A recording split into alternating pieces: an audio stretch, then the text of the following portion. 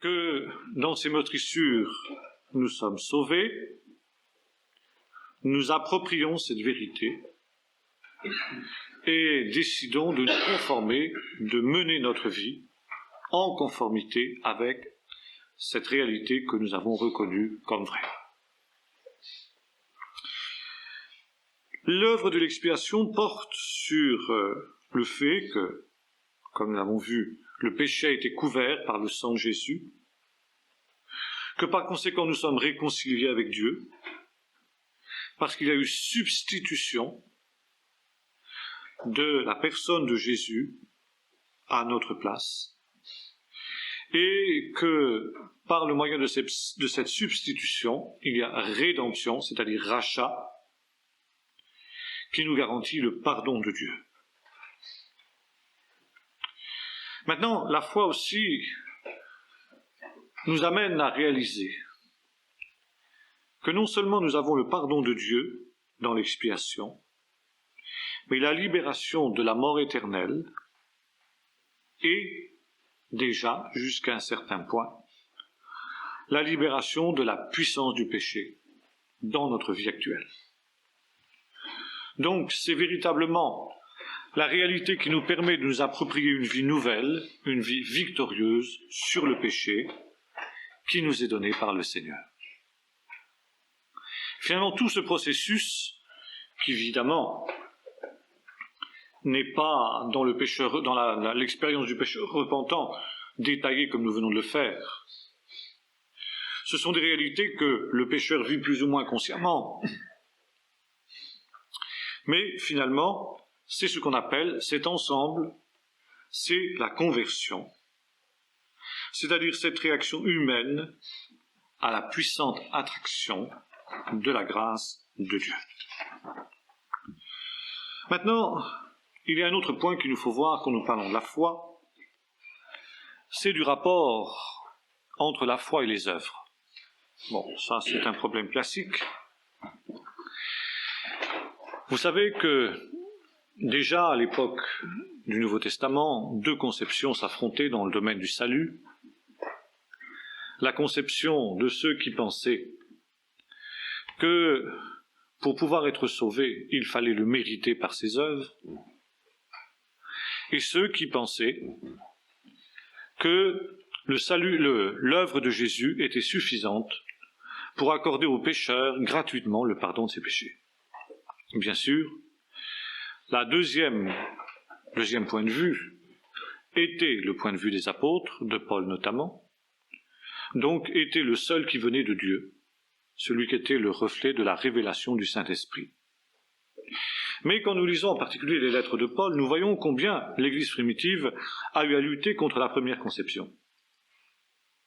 Et toujours il y avait ce danger de voir repénétrer subtilement l'idée que l'œuvre de Jésus n'était pas aussi parfaite que cela, et que l'homme devait y ajouter une petite part.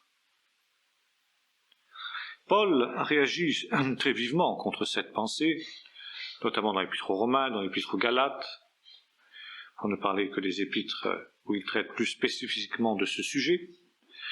Et nous voyons ensuite dans l'histoire de l'Église que la tentation a toujours été grande de faire ce processus que l'apôtre appelle revenir sous la loi, ou après avoir commencé par l'esprit, terminer par la chair. Et notamment, nous avons vu dans l'histoire de l'Église qu'au début du Moyen-Âge, à la fin de l'époque de l'Antiquité, si plus exactement, enfin à la charnière entre les deux, une controverse très vive avait eu lieu dans l'Église primitive entre Augustin d'une part et Pélage d'autre part. Augustin, qui tenait ferme pour la vision paulinienne, qui était paulinien à fond, et Pélage qui, lui, pensait qu'effectivement, il fallait que, le pécheur mérite son salut par ses propres œuvres. Et Pélage enseignait ceci, c'est que la foi, prenons le texte de Jacques, n'est-ce pas, la foi sans les œuvres est morte, c'est toujours pareil, vous savez, une hérésie, ça part d'une réalité, d'une vérité qui est hypertrophiée. Donc, la foi nous amène en quelque sorte à faire des œuvres par lesquelles nous allons mériter notre salut. Alors c'est très subtil parce que, en même temps, les œuvres méritoires que nous accomplissons sont produites par la grâce de Dieu. Donc il n'y a aucun mérite d'avoir fait des œuvres méritoires, puisqu'elles sont produites par la grâce de Dieu. Bon, Augustin a réagi très vivement, Pélage a fini par être condamné, mais hélas, le poison pélagien était entré dans l'Église, et l'Église catholique notamment a élaboré un système qui est devenu une sorte de semi-pélagianisme. Peu ou prou, l'Église catholique jusqu'à aujourd'hui a la vision de Pélage sur le salut, à savoir que la grâce de Dieu, qui est d'ailleurs c'est une notion très complexe dans le catholicisme, on aura l'occasion d'y revenir. Il y a la grâce prévenante, il y a la grâce sanctifiante, il y a la grâce efficace, il y a la grâce... Enfin, c'est très compliqué, il y a différents types de grâces. Hein. Alors, faut pas se tromper. Hein. Et notamment, la grâce de Dieu produit en nous des bonnes œuvres. Tant et si bien que l'homme n'a aucun mérite à accomplir des bonnes œuvres parce qu'elles sont tout simplement le produit de la grâce de Dieu. Mais en même temps, l'homme doit faire ses efforts, il doit faire des bonnes œuvres pour mériter son salut, et il n'est jamais sûr d'en avoir fait assez. Et la querelle entre Augustin et Pélage ressurgit à l'époque de la Réforme entre Luther et l'Église catholique, puis ensuite toute la branche protestante jusqu'à nos jours, n'est-ce pas, qui revient à la vision paulinienne. Donc, augustinienne aussi, de moins sur ce point-là. Car si Augustin était biblique sur ce plan du salut, sur le plan de l'Église, c'était autre chose. Hein. Mais sur le plan du salut, Augustin était véritablement biblique. Ce n'est pas un hasard si Luther, comme nous l'avons vu, était un moine augustinien, n'est-ce pas? Donc ici, eh bien, qu'en est-il? Quel est ce rapport entre la foi et les œuvres? C'est vrai que parfois, dans le monde protestant, par réaction anticatholique, on a un peu aussi caricaturé les choses. On le faisait déjà à l'époque de Paul. Et Paul se défend d'une accusation qui courait de son temps, et qui n'a cessé de courir depuis, c'est que, eh bien, Paul invitait les croyants à pécher pour que la grâce abonde. Et Paul dit non, c'est ceux qui nous accusent, c'est ceux qui nous calomnient qui parlent ainsi. Comment est-ce que nous qui sommes morts au péché, nous devons encore vivre dans le péché? Pas du tout. C'est impensable, dit-il.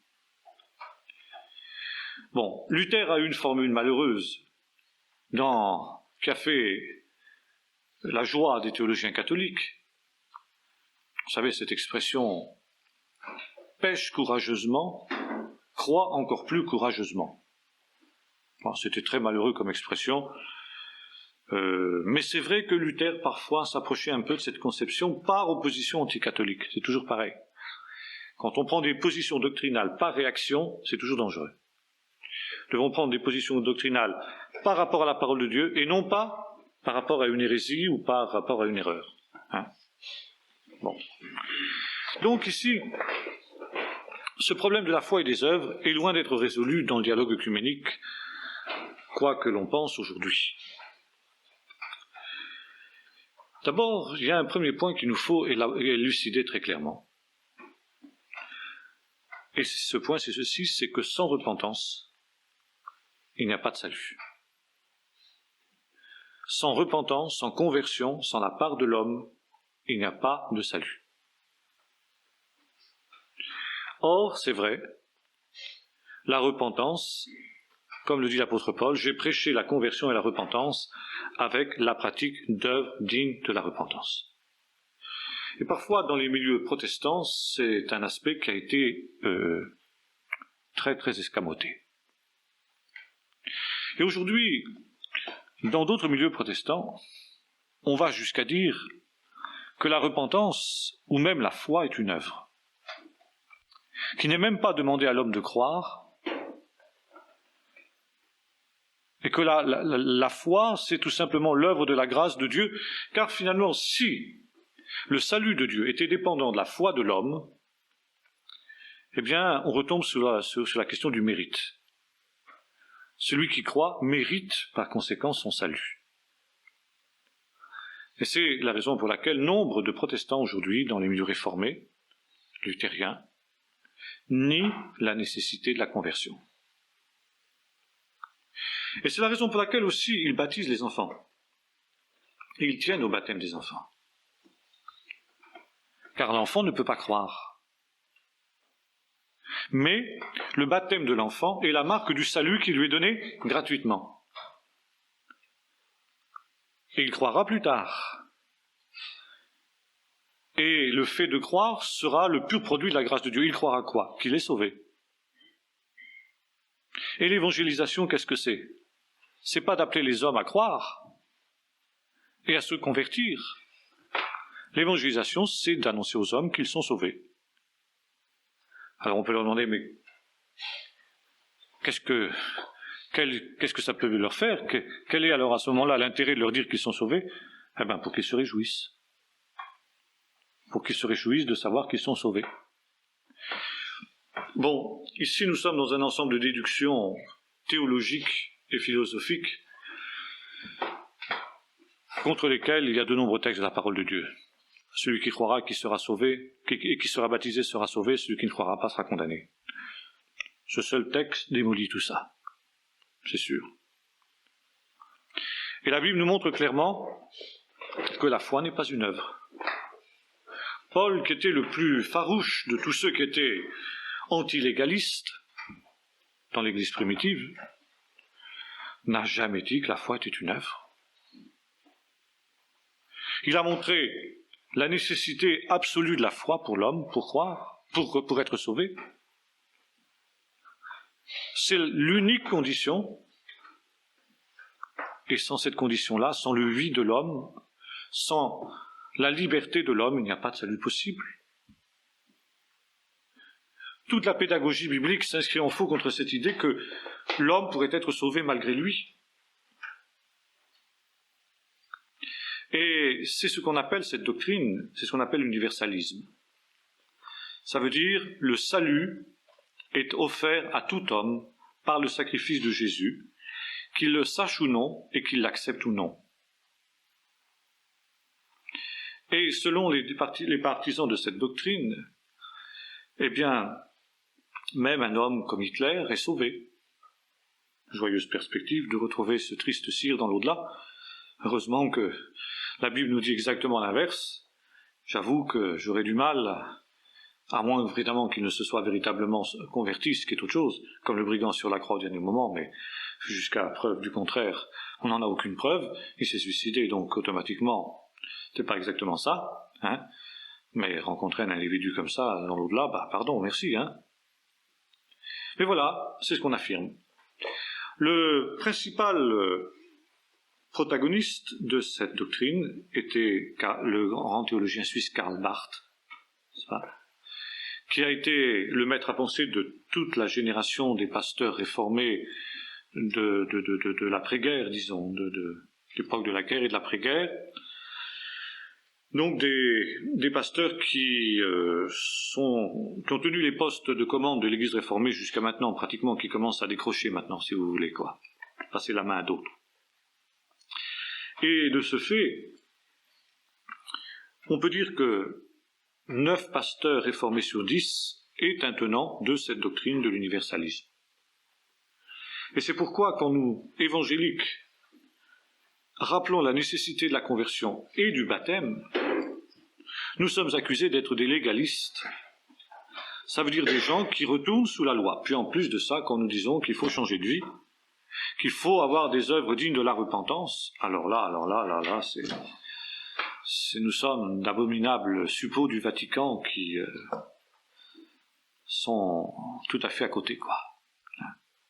Donc ça, c'est important de le savoir, parce que dans le cadre actuel de la si vous voulez, des problèmes dans la fédération protestante que nous connaissons actuellement. C'est ça qui est sous-jacent.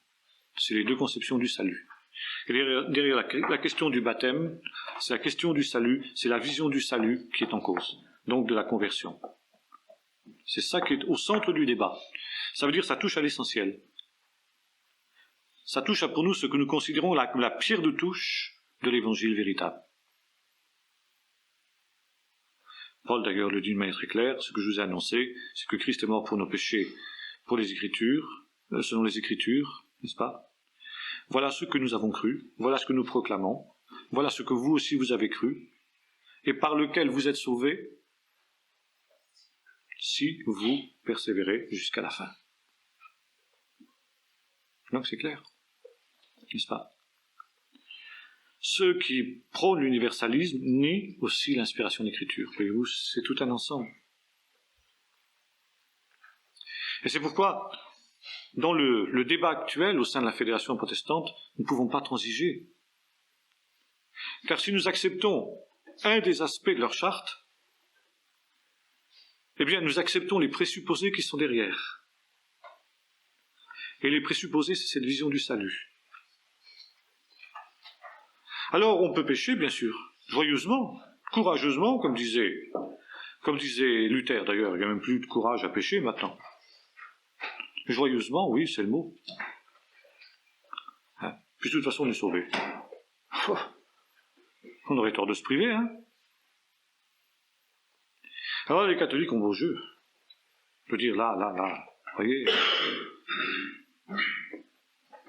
Or, de l'autre côté, qu'en est-il? Eh bien, pour Paul, il est clair que être justifié, c'est entrer dans la sphère de la souveraineté de Dieu. C'est un changement d'appartenance, c'est un changement d'allégeance. Ça veut dire que si nous sommes justifiés par la foi, maintenant nous allons nous mettre au service de la justice, de la vie nouvelle et des œuvres bonnes. Non pas pour être sauvés, mais parce que la grâce de Dieu qui nous est donnée à la nouvelle naissance, qui nous est donnée à la conversion, nous fait haïr le péché. Paul le dit d'une manière claire. Nous qui sommes morts au péché, comment allons-nous encore vivre dans le péché? Alors certains diront, alors vous ne péchez plus jamais. Si. Mais la différence entre l'inconverti et le converti, c'est que chez le converti, le péché est un accident, dû à sa vieille nature, dû à son manque de vigilance, dû à des circonstances qu'il n'a pas su maîtriser, et dont il se repent dès qu'il a conscience de son péché. Tandis que chez l'inconverti, le péché est une habitude, est un état d'esprit, est une banalité, c'est naturel de pécher. C'est pas comme dit la parole de Dieu parlant de la femme adultère, elle mange, s'essuie la bouche et dit qu'elle fait de mal. C'est toute la différence. L'enfant de Dieu pêche, certes, parce qu'il est encore dans un corps de chair, mais il est affligé de son péché, il souffre de son péché. Et il cherche par la grâce de Dieu à le vaincre, à s'en détourner, parfois, comme le dit l'Épître aux Hébreux, en luttant jusqu'au sang contre le péché. C'est pas? Alors, l'enfant de Dieu, quand il a péché, il sait bien que son péché, comment dirais-je, n'altère pas son salut, si véritablement ce péché est accident. Il est affligé non pas parce que son salut est en jeu, mais simplement parce qu'il a péché, parce qu'il est le péché. Tout en sachant bien évidemment, que si par malheur il revenait à s'installer dans l'idée que le péché, eh bien, est une habitude, un état d'esprit contre lequel il ne lutte plus, alors évidemment, retombant dans son état hanté, alors il perdrait son salut, c'est évident. Nous y reviendrons quand nous parlerons de la sécurité du salut. Mais, encore une fois, nous ne fuyons pas le péché pour être sauvés, mais parce qu'étant sauvés, parce qu'ayant l'assurance de la vie éternelle, Nous haïssons le péché. De la même manière que, comment dirais-je, des époux vont être fidèles l'un à l'autre, non pas parce qu'ils ont peur de quelques sanctions, mais parce qu'ils s'aiment. Et quand viendra la tentation, à cause de l'amour que le mari a pour sa femme et que la femme a pour son mari, ils fuiront cette tentation éventuelle, n'est-ce pas? C'est la même chose pour l'enfant de Dieu. Il fuit le péché, il hait le péché, non pas par crainte de quelques sanctions, mais simplement parce qu'il aime son Seigneur et qu'il ne veut pas altérer cette communion qu'il a avec lui.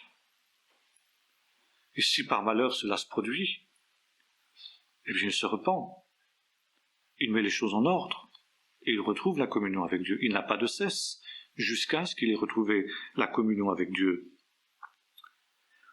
Et alors évidemment, celui qui vit ainsi, qui vit dans l'amour de Dieu, Augustin, c'est pas plus saint qu'un autre, ni moins d'ailleurs, Augustin donc avait une très très belle formule. Il disait ceci: aime et fais ce que tu voudras. Alors ça c'est pareil, ça peut être très mal compris. Mais quand on réfléchit bien, il avait 100% raison. Si tu es rempli de l'amour de Dieu, donc, comme il est écrit, tu aimeras le Seigneur ton Dieu et ton prochain comme toi-même, ben, tu feras rien de mal au prochain, comme dit l'apôtre Paul. Toute la loi est accomplie dans cette seule parole, tu aimeras ton prochain comme toi-même, car l'amour ne fait pas de mal au prochain. Tous les commandements trouvent leur accomplissement dans cette parole. Tu ne voleras pas, tu ne tueras pas, tu ne commettras pas d'adultère. Celui qui remplit l'amour de Dieu va pas faire ces choses, bien évidemment. Donc c'est vrai, aime, si tu es véritablement rempli de l'amour de Dieu, eh bien fais ce que tu voudras, parce que ce que tu voudras, ça ne pourra jamais être autre chose que ce qui est juste et ce qui est bien.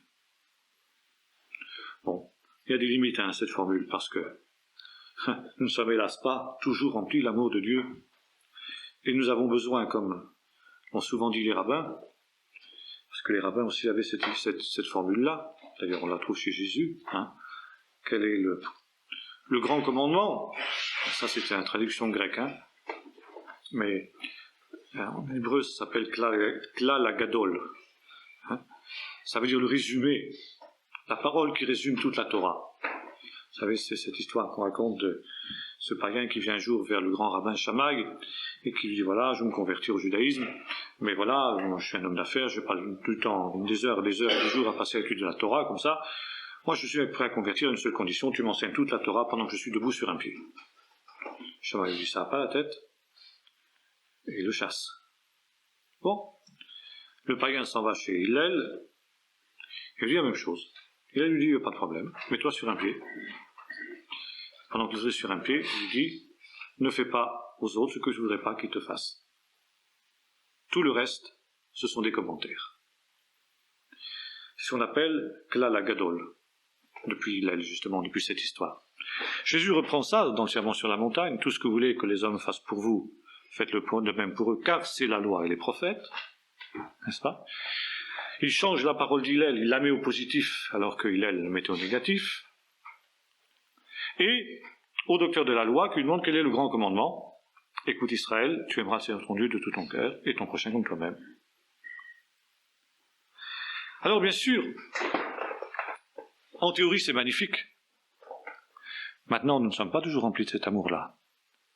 Et alors à ce moment-là, Dieu soit béni pour le commandement, qui nous rappelle, quand nous n'avons pas tellement envie de le faire, ce qu'il convient de faire, dans tel et tel cas, dans telle et telle situation. Quand nous avons envie de dire un faux témoignage, de ne pas être honnête, eh bien, heureusement qu'il y a le commandement pour nous rappeler là un certain nombre de choses. Bien sûr, si nous étions remplis de l'amour de Dieu, il n'y aurait pas besoin du commandement. Mais comme nous ne sommes pas, eh bien, Dieu soit béni pour le commandement. N'est-ce pas? Alors, finalement, cette question des bonnes œuvres découle de là. Le commandement, oui. Comment dirais-je, un poteau indicateur qui nous dit voilà le chemin. Quand tu vois plus très bien la route, tu sais plus très bien où aller, parce qu'elle avait une nature qu'elle a, il y a un poteau indicateur qui te dit voilà, c'est par là qu'il faut aller. Alors c'est pas encore une fois, ça n'a rien à voir avec une sanction ou une condition pour le salut, non. Mais c'est la route à suivre. Et alors, automatiquement ici, nous allons faire ce qu'on appelle des œuvres bonnes. C'est-à-dire des actes de justice, de compassion, de miséricorde. À la fois parce que l'amour de Dieu nous y pousse. Si nous voyons un malheureux sur notre route, et Jésus prend l'exemple, vous savez, de ce bonhomme qui était tombé entre les mains des brigands, auprès duquel le Samaritain s'arrête. Pourquoi ? Parce qu'il est rempli d'amour. Bon, sans même penser au commandement, nous allons nous arrêter, nous allons faire ce qu'il faut. Maintenant, il y a des moments, c'est vrai, où, comme le lévite ou le prêtre, nous avons l'esprit ailleurs, puis si je m'arrête pour ce bonhomme-là, je vais perdre mon rendez-vous, je vais ceci, etc. Bon, là le commandement nous dit, attention. Alors c'est ça, le problème de la foi et des œuvres. Oui, la foi va entraîner les œuvres, mais elle entraîne les œuvres non pas pour être sauvés, mais parce que nous sommes sauvés. Et parce que cela va produire en nous, la grâce de Dieu va produire en nous, comme dit l'apôtre Paul, le vouloir et le faire. C'est pas quelque chose qui vient de nous. Et là, disons, on se rapproche un petit peu, si vous voulez, de la vision catholique. Seulement, le catholicisme dit, ces œuvres qui sont produites par la grâce de Dieu produisent un trésor qui va servir au salut de l'individu. Dieu donne à l'homme de collaborer à son salut. Voilà, ça c'est la base de la théologie catholique. Alors que la parole de Dieu dit, Dieu produit en vous le vouloir et le faire. Mais c'est vrai, ce vouloir et ce faire ne se produit pas non plus sans notre oui, sans notre acquiescement. À l'inverse, justement, des protestants extrémistes dont nous parlons tout à l'heure, type universaliste. Alors évidemment, c'est finalement quelque chose de très subtil, n'est-ce pas ? Et ça, c'est la subtilité satanique. Et c'est pourquoi les catholiques ont réussi à jouer sur les mots, en sorte qu'on est presque parfois, dans certains milieux, à dire mais ils ont le même langage que nous, ils parlent comme nous aussi, n'est-ce pas ? Il y a le mot conversion constamment, n'est-ce pas ? Au milieu catholique, on parle de plus en plus de conversion. Ça ne veut pas dire la même chose. Se convertir, eh bien, c'est dans la vision catholique, c'est faire pénitence. Ça veut dire, je prends conscience que j'ai péché. Donc automatiquement, mon trésor, en quelque sorte, de bonnes œuvres, mon compte en banque spirituel diminue. C'est comme un compte en banque, quoi.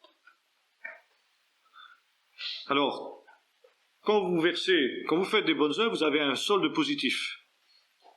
Quand vous faites des péchés, vous avez un solde négatif. Vous avez un débit. Alors, si vous vous rendez compte que vous avez un débit, il faut refaire une bonne œuvre pour compenser et pour avoir un crédit. N'est-ce pas ? Et finalement, se convertir, c'est ça, c'est dire, bien, j'ai un débit sur mon compte en banque spirituelle, j'ai péché, donc il faut maintenant que je compense ça.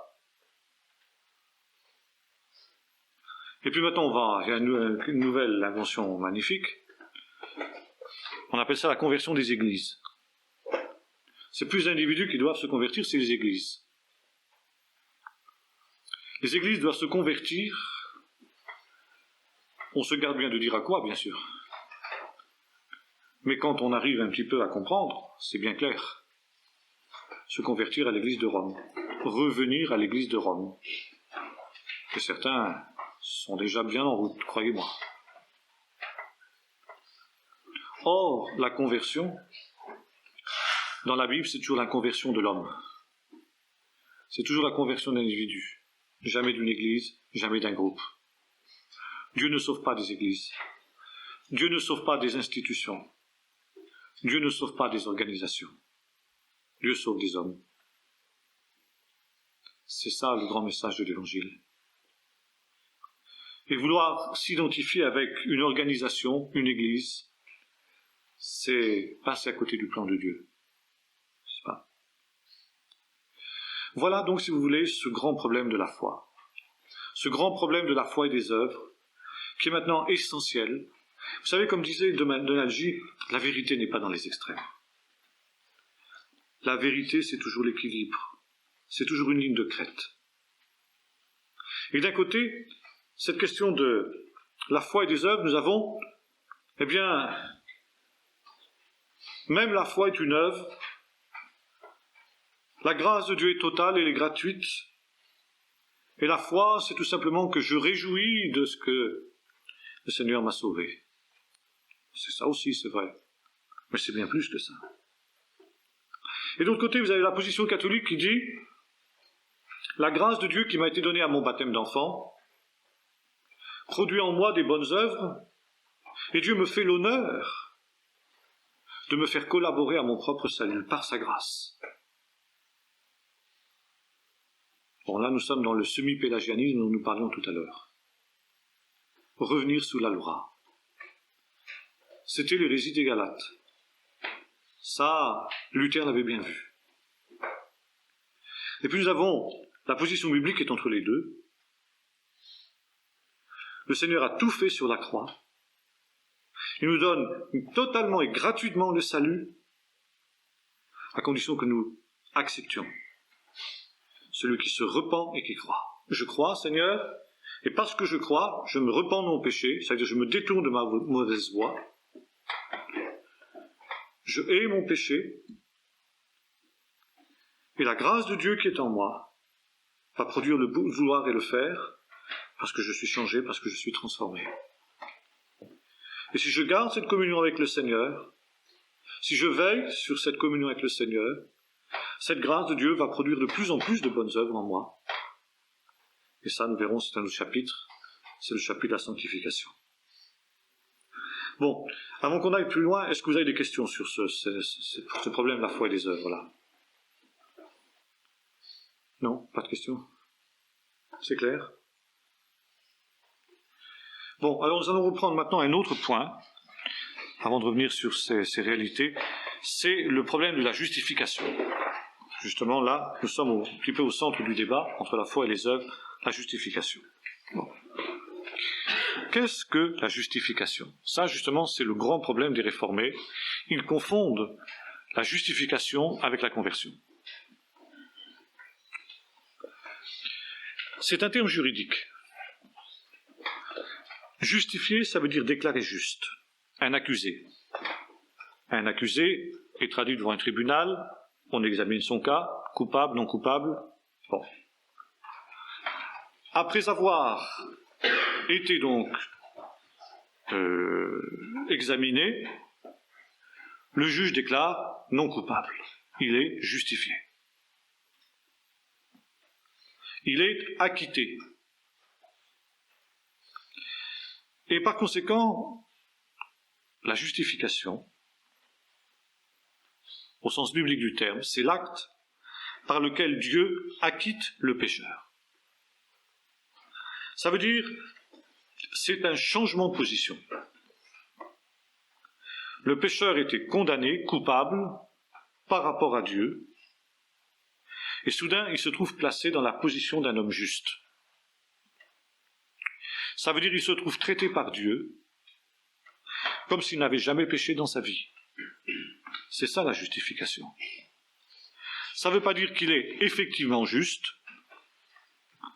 mais ça veut dire qu'il est traité par Dieu comme s'il était juste. Ça ne veut pas dire qu'il n'est pas pécheur, mais ça veut dire qu'il est traité par Dieu comme s'il n'était pas pécheur. De la même manière, si vous voulez, la Bible emploie un autre mot qui est presque synonyme, adopté. Adopté dans la famille de Dieu. Vous savez, c'était une institution à l'époque romaine, à l'époque de Paul. Un homme pouvait adopter, comme ça se fait d'ailleurs encore aujourd'hui, pouvait adopter un enfant, un orphelin ou un esclave, etc. Bon, il l'adoptait. Et cet enfant était considéré comme son fils. Il avait les mêmes droits que son fils. Il avait le droit à l'héritage, il avait le droit de porter son nom, etc., comme s'il avait été son fils. Mais il n'était pas son fils. Mais il était regardé par la loi comme son fils. Eh bien, devant Dieu, il en va de même. Nous sommes ses enfants d'adoption, nous est-il dit. Ça veut dire que nous sommes considérés comme des enfants de Dieu, bien que nous ne soyons pas véritablement. Et dans la justification, je dirais qu'il y a deux opérations mathématiques. Il y a d'abord la soustraction. Dieu, à cause de Jésus, à cause de l'expiation, annule le péché. Le péché est ôté, enlevé. Et puis il y a une addition. La justice de Christ lui est imputée, lui est donnée. Et l'homme est donc déclaré juste. Il n'est pas rendu juste, et c'est là la grande différence. Il faut bien comprendre cette nuance. La justification ne fait pas de nous des justes. Elle fait que Dieu nous considère comme justes. Vous voyez la nuance, elle est importante. Dieu va nous considérer comme justes, bien que nous ne le soyons pas. Et à partir de cette base, le Saint-Esprit de Dieu va agir dans notre vie pour que nous devenions effectivement des justes. Et ça, c'est l'œuvre de la sanctification. Comment se fait ce passage juridique, cette transaction juridique? Eh bien, nous l'avons vu, parce que Jésus a payé pour nous. Et quand nous reconnaissons que Jésus est le sacrifice de substitution pour notre péché, il a une conséquence, nous dit l'apôtre Paul. Nous sommes justifiés par la foi et nous avons la paix avec Dieu. Ça veut dire que Dieu n'a plus de querelle contre nous. Il n'a plus de procès contre nous. Il a la paix. Et ce faisant, nous dit l'apôtre, nous sommes sauvés de la colère à venir. Et c'est pourquoi, ici, nous voyons que connaître le mécanisme, si j'ose dire, de la justification ne suffit pas. Mais encore faut-il qu'il y ait eu une identification, une acceptation, une démarche de tout l'être pour s'approprier cette vérité. Alors, nous est-il dit, dans la deuxième épître aux Corinthiens, chapitre 3, les choses anciennes sont passées, toutes choses deviennent nouvelles, et si quelqu'un est en Christ, il est une création nouvelle. C'est tiré d'Ésaïe 43, verset 18, n'est-ce pas? Une création nouvelle. Et en même temps, puisqu'il y a paix avec Dieu, nous sommes aussi en paix. Il y a cette sérénité vis-à-vis de Dieu qui naît dans le cœur du pécheur justifié, parce qu'il sait que Dieu ne se contredit pas. Voilà donc, si vous voulez, ce qu'est la justification. Deuxième point, pourquoi le pécheur doit-il être justifié? Finalement, nous pouvons poser la question autrement, celle qu'avait posée à Paul le geôlier de Philippe. Que faut-il que je fasse pour être sauvé? La réponse est claire. Crois au Seigneur Jésus et tu seras sauvé. Et finalement, l'épître aux Romains tout entière est la réponse à cette question. Que faut-il que je fasse pour être sauvé? Paul nous dit que son évangile, en lui est révélée la justice de Dieu par la foi et pour la foi, car l'évangile est une puissance de Dieu pour le salut de quiconque croit. La justice de Dieu, c'est-à-dire cette pédagogie de Dieu, ce moyen de Dieu, par lequel Dieu peut déclarer juste un pécheur qui ne l'est pas, pour ensuite le faire devenir juste, véritablement. Et finalement, c'est tout l'épître aux Romains qu'il nous faudrait étudier par le menu. Vous savez comment, effectivement, l'épître aux Romains jouait un rôle essentiel dans le processus de la réforme, puisque c'est en lisant l'épître aux Romains que Luther s'est converti et qu'il a découvert cette grande réalité du salut par la foi. Premier point de l'apôtre Paul, donc dans l'épître aux Romains, l'aveuglement spirituel des nations, des païens, qui n'ont pas dépassé la révélation naturelle de Dieu dans la nature et qui se sont tournés vers l'idolâtrie. Le culte des idoles, de bois, de pierre, est le résultat de cette démarche. Et par conséquent, ils encourent le jugement de Dieu. Et ce jugement de Dieu se manifeste déjà, dit l'apôtre Paul, par des débordements contre nature, qu'il cite et au terme desquels vient l'homosexualité. N'en déplaise à nombre de gens aujourd'hui, n'est-ce pas? C'est déjà un jugement contre l'aveuglement des païens. C'est la preuve de leur perdition, à moins qu'ils ne se repentent et qu'ils n'acceptent l'évangile du salut. La corruption morale est le terme obligé de ce processus qui commence par l'idolâtrie, n'est-ce pas? Et qui va se terminer par le jugement de Dieu au dernier jour, au jour de la colère, dit l'apôtre Paul. Or, les païens ont une double révélation. Ils ont la révélation de Dieu dans la nature, et ils ont la révélation de Dieu dans leur propre conscience. Par conséquent, ils sont inexcusables. Maintenant, il y a le juif. Le juif, lui, a un privilège énorme sur le païen. Il a la révélation de Dieu dans la Torah. Et cette Torah lui a été donnée, elle est parfaite, elle n'est pas en cause. S'il y a échec du peuple d'Israël, ça n'est pas à cause de la Torah. C'est à cause de la méconnaissance et de l'incompréhension de la Torah. Car la Torah a été donnée pourquoi? Non pas pour rendre le peuple juste, non pas pour le justifier, mais pour lui donner une norme de justice. Car le mal existe indépendamment de la Torah, ça c'est indiscutable. Caïn a tué son frère Abel sans qu'il y ait le commandement, tu ne tueras pas. Les hommes de la génération du déluge ont commis l'immoralité sous toutes ses formes, la violence sous toutes ses formes, avant qu'il y ait eu les 10 commandements. Donc le mal existait. Mais dit l'apôtre Paul, avant que ne vienne la Torah, le péché ne pouvait pas être tenu pour une transgression.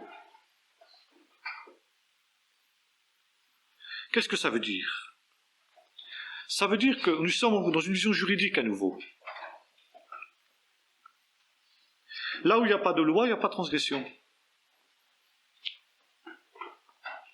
Par exemple, j'ai connu un temps où sur les routes, là où il n'y avait pas d'agglomération, de choses comme ça, on pouvait rouler à la vitesse qu'on voulait. Sur une nationale, bien droite, vous pouviez faire 160, 180 à l'heure, sans que personne vous cherche de noise. Et puis un jour, il y a eu une limitation de vitesse. Il y a eu une loi. Pourquoi? Pourquoi a-t-on légiféré dans ce domaine? Pourquoi a-t-on décidé de limiter la vitesse sur autoroute à 130, sur les 4 voies à 110, et ainsi de suite? Parce qu'on s'est rendu compte que la vitesse tuait. Parce qu'on s'est rendu compte que sur des routes qui n'étaient pas aménagées, eh bien, rouler à 180 à l'heure sur une route normale, une nationale, c'était dangereux. Et voilà, il y a eu un décret qui a dit, à partir de telle date, on ne pourra plus rouler qu'à ces vitesses-là sur les routes, ainsi, autoroutes, 4 voies et ainsi de suite. Jusqu'à la veille du décret, vous pouviez rouler à 180 sur une nationale. Et le lendemain, 24 heures après, si vous rouliez à 180 dans les mêmes conditions sur la même nationale, vous étiez coupable. Vous étiez justiciable. Pourquoi? Les conditions avaient-elles changé? Non. Mais entre-temps, la loi était intervenue. Et maintenant, un juge ou un gendarme qui voyait jusqu'avant l'apparition du décret un automobiliste rouler à 180 à l'heure sur une route disant « celui-là est fou, il est dangereux. C'est un danger public, mais je ne peux rien faire. Je ne peux rien faire. J'ai aucune raison de l'arrêter. Il n'a enfreint aucune loi. » Maintenant, il dit « il y a une loi. Donc je peux mettre à la raison cet individu dangereux. » Bon, Paul dit, voilà, la loi, c'est la même chose. Jusqu'à Moïse, il n'y avait pas de loi. Donc les hommes pouvaient dire, bien, on ne peut pas être poursuivi. On ne peut pas être poursuivi. Pourtant, le mal existait, puisque le salaire du péché, c'est la mort, et que la mort a régné depuis Adam jusqu'à Moïse. Donc le péché existait.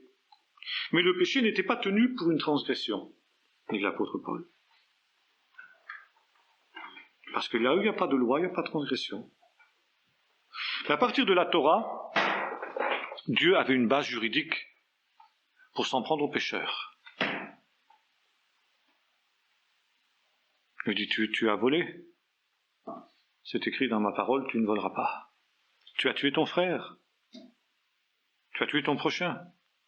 C'est écrit, tu ne commettras pas de meurtre. Tu as commis l'adultère. C'est écrit, tu ne commettras pas d'adultère. Et ainsi de suite. Donc, il y a une base juridique pour la condamnation du pécheur. Et en face de la Torah, le pécheur se sait condamné. Vous pouvez avoir, par exemple, des gens qui arrivent en France,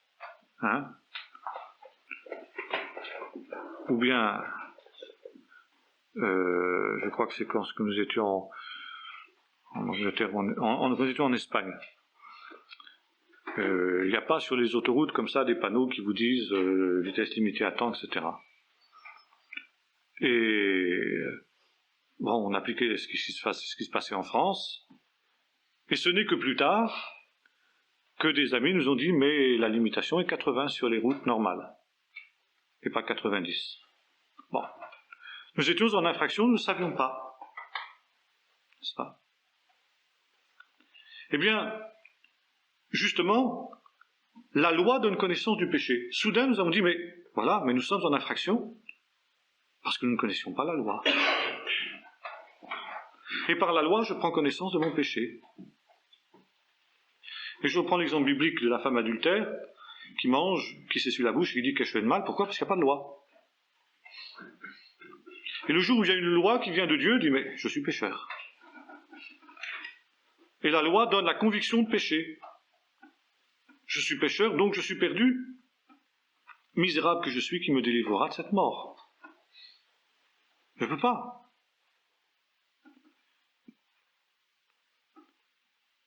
Et c'est justement le rôle de la Torah, nous dit l'apôtre Paul. Et alors justement, le juif est celui qui avait reçu cette norme de justice. Mais, dit l'apôtre Paul, il n'y a que le Messie qui rend cette Torah efficace pour, justement, rendre juste. Et la Torah l'avait bien vu, Moïse l'avait bien vu parce qu'il a donné le rituel des sacrifices. Le rituel des sacrifices montrait que l'homme ne pouvait pas être juste par lui-même, que ce n'était pas en respectant les préceptes de la Torah qu'on devenait juste. Théoriquement, oui. Mais Paul dit, il n'y a pas un juste, pas même un seul. Car celui qui viole un commandement et qui garde tous les autres est coupable envers la loi, comme s'ils avaient violé tous. Donc il n'y a pas un juste. Alors Moïse a donné le rituel des sacrifices. La Torah n'est pas une puissance de salut. Il faut une puissance de salut.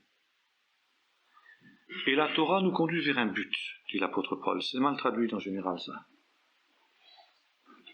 Paul nous dit, Christ, on traduit en général comme ça, Christ est la fin de la loi. Et c'est là que je dis, là, c'est une erreur grave. Car finalement, on tombe dans l'erreur dont on parlait tout à l'heure de l'universalisme. Ah, ben Christ est la fin de la loi, magnifique, plus de loi maintenant. En Christ, nous sommes dans la glorieuse liberté des enfants de Dieu, nous pouvons faire n'importe quoi, nous pouvons avoir des homosexuels chrétiens, nous pouvons avoir des mères porteuses, nous pouvons avorter, nous pouvons tout faire. Or, c'est un contresens grave. Car le mot grec nous dit « Christ est le télos de la Torah ». Et le mot grec « télos » signifie le but, l'intention. Comme on dit, vous savez en français, à quelle fin? À quelle fin vous dites ça? Ça veut dire dans quel but? Où vous voulez nous mener en disant ça? Où Dieu voulait-il nous mener en nous donnant la Torah? Dit Paul à son peuple juif. Eh bien, il lui répond lui-même. La Torah nous a été donnée comme un pédagogue pour nous conduire au Messie, pour nous conduire à Christ. Car Christ est le but, l'intention de la Torah. La Torah, si elle avait été bien comprise, aurait dû montrer la nécessité d'un sauveur. Et par conséquent, quand ce sauveur aurait été manifesté, ce sauveur aurait dû être reçu. Mais, pour Israël, la Torah, dit l'apôtre Paul, est devenue un moyen de se glorifier en disant « Mais nous ne sommes pas pécheurs comme les autres nations. » Vous avez même encore aujourd'hui cette idée dans le judaïsme. Vous savez, Paul dit ça à Pierre dans la fameuse controverse d'Antioche, dans l'épître aux Galates. Paul dit ceci à Pierre. Il dit, nous sommes juifs. Et nous ne sommes pas comme les pécheurs des nations. Mais nous savons que l'homme n'est pas justifié par les œuvres de la Torah. Bien que ne faisant pas partie des pécheurs des nations. Pourquoi? Parce que précisément la Torah amène le peuple juif, pense-t-on, à vivre selon les normes de la justice. Et on considère, dans certains milieux juifs jusqu'à aujourd'hui, que le peuple d'Israël tout entier est saint et que toutes les autres nations sont des pécheurs. C'était ce qu'on pensait grosso modo à l'époque de Jésus. Paul dit magnifique, ce serait très bien, à condition de vivre véritablement la Torah. Mais toi, qui te prétends être justement juif, le phare des nations, la lumière des nations, comme c'est écrit dans Ésaïe, qu'est-ce que tu fais? Tu fais pas mieux que les autres? Tu prêches de ne pas commettre l'adultère et tu commets l'adultère. Tu prêches la droiture, la justice et tu mens, tu es un hypocrite. Bon. Et tu te vends de ta circoncision, tu te vends d'être juif.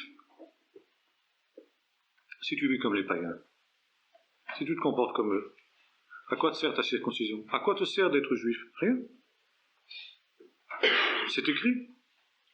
La vraie circoncision, c'est la circoncision du cœur. Donc si tu ne mets pas en pratique les préceptes de la Torah, ça ne sert à rien. Or, tu peux dire que tu vis les préceptes de la Torah? Ben non. Non, il n'y a pas de juif, pas même un seul. Donc, Dieu a renfermé tous les hommes, juifs et païens, dans la désobéissance pour faire miséricorde à tous. Premier point, l'apôtre Paul établit donc dans l'épître aux Romains. Donc, il y a une conception erronée du rôle de la Torah, parce que cette conception amène le peuple juif à rejeter celui qui aurait pu faire de lui ce que la Torah ne pouvait pas faire.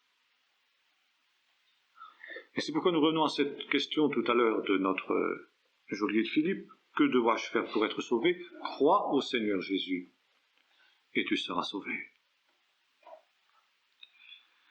Deuxième point de Paul, la justification, justement. Qu'est-ce que la justification? C'est cette faveur imméritée de Dieu. Dieu voit que l'homme est incapable de se sauver lui-même. Et Dieu agit par sa grâce.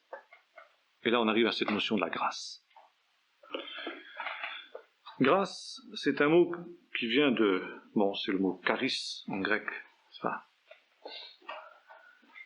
qui signifie donc le don. En même temps aussi l'idée de joie, c'est aussi compris dans ce mot. Et qui est plus ou moins la traduction de différents mots hébreux. Il y a le mot chen, le mot chesed, et le mot chesed essentiellement. Le chesed, c'est la bonté, c'est la faveur, c'est la bienveillance, la miséricorde. Et puis, chen, c'est ce qui est agréable. Trouver grâce aux yeux de quelqu'un dans l'Ancien Testament, ça veut dire plaire. J'ai trouvé grâce à tes yeux, disaient les hommes de l'Ancien Testament. J'ai obtenu ta faveur, j'ai obtenu ta grâce. Pourquoi? C'est comme ça, ça s'explique pas. Hein? C'est presque la relation amoureuse, n'est-ce pas? Le coup de foudre. Pourquoi soudain tel jeune homme tombe-t-il amoureux de telle jeune fille? Ça s'explique pas, sur le coup, n'est-ce pas? Je trouve grâce à tes yeux. Bon, la grâce c'est ça. Trouver grâce aux yeux de Dieu, c'est cette faveur imméritée, par pure bonté. On n'a rien fait. Jonathan et David deviennent des amis. L'âme de Jonathan s'attache à David. Ça ne s'explique pas. Comme on dit dans le langage d'aujourd'hui, il y a des atomes crochus soudain. Voilà, c'est comme ça. Il y a une sympathie qui naît là, sans que ça s'explique. Après, on peut dire, bah oui, c'est parce qu'il est comme ci, parce qu'il est comme ça, mais sur le coup, c'est... Hein? Puis ça peut être l'inverse. Comme on dit familièrement, sa tête ne me revient pas. On ne peut pas expliquer, c'est comme ça, c'est intuitif. C'est ça. Ou comme on voit par exemple Jésus avec le jeune homme riche. Jésus lui a regardé les mains. Qu'est-ce qu'il a fait, ce jeune homme? Rien. Hein? Il trouve la faveur. La bonté pure qui est donnée comme ça. C'est pas négociable, c'est pas payable. Et voilà, la grâce de Dieu, c'est cette attitude de Dieu qui adopte le pécheur, qui ne va pas le traiter comme il le mérite. Et c'est précisément le grand péché de l'homme qui a eu soudain cette révélation que de vouloir en quelque sorte mériter la grâce de Dieu. N'est-ce pas? Je ne sais pas ce que penserait un jeune homme dont la fiancée se mettrait à faire toutes sortes de choses, n'est-ce pas? Parce qu'elle ne serait pas sûre de son amour. Alors si c'est pour lui témoigner son amour, c'est autre chose. Mais si c'est simplement parce qu'elle est toujours dans l'angoisse, est-ce qu'il m'aime, est-ce qu'il ne m'aime pas, etc. Alors pour qu'il m'aime, je vais... Enfin, il en a marre. Et si vous voulez, l'attitude qui consiste à être sous la loi, que dénonce Paul, c'est cette attitude-là, de l'homme qui doute de l'amour de Dieu, de l'homme qui doute de la grâce de Dieu, et qui a besoin de se rassurer lui-même en énumérant ses bonnes œuvres. Il pêche grandement contre l'amour de Dieu, car finalement le chesed c'est aussi l'amour. Il faut traduire chesed par amour, charis c'est amour. D'ailleurs, On trouve ça dans le fameux texte de 1 Corinthiens 13. Hein, si je n'ai pas l'amour, c'est un mot voisin dans le grec. Hein, agapé. Alors, être sous la loi, c'est faire des bonnes œuvres pour assurer son salut, pour assurer sa sanctification, au lieu de considérer que la grâce est une œuvre accomplie, un choix. Dieu a choisi, c'est comme ça. Il nous a adoptés, il a fait de nous ses fils et ses filles, nous jouissons de son héritage. Alors j'ai dit tout à l'heure, ah mais l'heure est passée, mince. Bon, on va s'arrêter là pour ce soir, si vous voulez, puis la prochaine fois on verra les différents types de grâce, d'abord dans la conception catholique et puis dans la conception biblique.